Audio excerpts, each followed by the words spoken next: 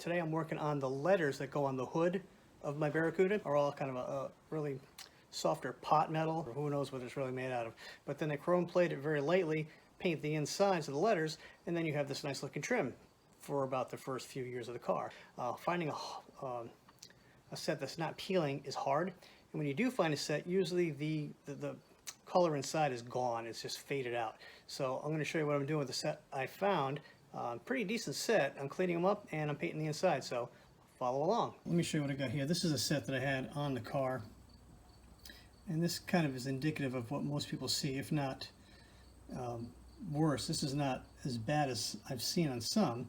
You can tell the chrome is starting to flake off and the letters start to get really crunchy and crusty. So finding a good set of letters that really isn't very deteriorated is unusual, because this one's got a little bit of crustiness there on the inside. But when you find a set at least this good, you can clean them up a little bit. And what I've started to do here with this set is I've started to clean them up and start to paint them a little bit. What I've done is I've taken a very fine jeweler's file, get some of the flashing off, maybe some of the crustiness off here, just kind of clean it up a little bit. And then I'll take them over here to the Dremel. Got the little brush on there, little buffing wheel, some of the buffing compound, very lightweight, not heavy. And then I'll buff it all off, all the way around, so it's nice and clean and shiny. I'll take some solvent, using my painting prep I got from Eastwood, clean up all the buffing compound, and I'll stick it in an egg crate. And then what I'll do is I'll use my handy dandy testers, old model paint, using the enamel right now, and toothpick, and very carefully just kind of dab it in and just move the paint around until I get it looking like this. Now when this is dry, I'm going to go back and kind of buff it out a little bit on the top edges just to clean up the edge. But other than that, these are going to look pretty good for a driver, which is really all I'm after when all is said and done. Let's take a look at this really quick. You want to get too crazy on these because you can see this chrome does get a little pitted. You're not going to get all of these out on all your letters. There's just no way. But for a daily driver, this is going to look pretty good. I'm going to be pretty happy with these on my car. Now, when doing the painting, like I said, I use a couple of toothpicks.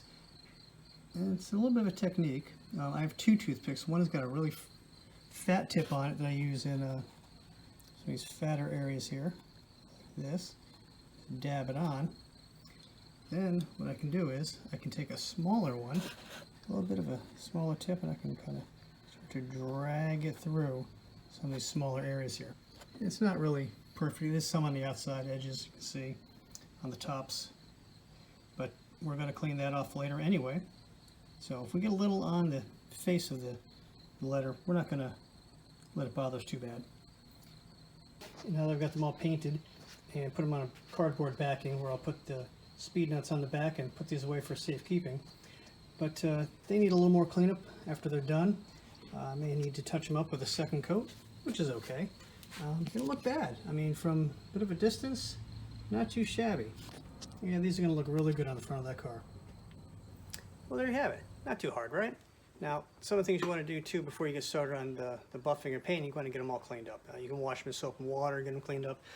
I also use a wire brush, clean out some of the heavier debris from the back sides that can accumulate behind the letters, get them all cleaned up nice and spiffy.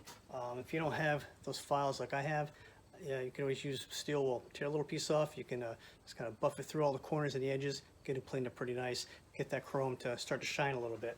And then if you can hand buff, if you don't have a Dremel or anything like that, you can always just use a paper cloth, paper towel, microfiber rag, and a little bit of buffing compound, and just go through it with your fingers, a little maybe a popsicle stick, kind of get them all cleaned up. Now, after doing these, you can use the same principles on other trim, like your door trim and your fender script. So I took a piece of fender script and used it to make a grill for the inlet for my rear defroster in the car. So I'll go through and use the same paint and make this look all nice and shiny as well. Now, I'm using Tester's model paint. It's enamel, it's gloss. I believe the originals were a satin or a flat. I'm just using what I have. You feel free to use whatever choice that you want for your car. Well, having said all that, it's the end of the video. Short one, quick one for today. Thank you for watching. Don't forget to subscribe to our YouTube channel, and see you again soon.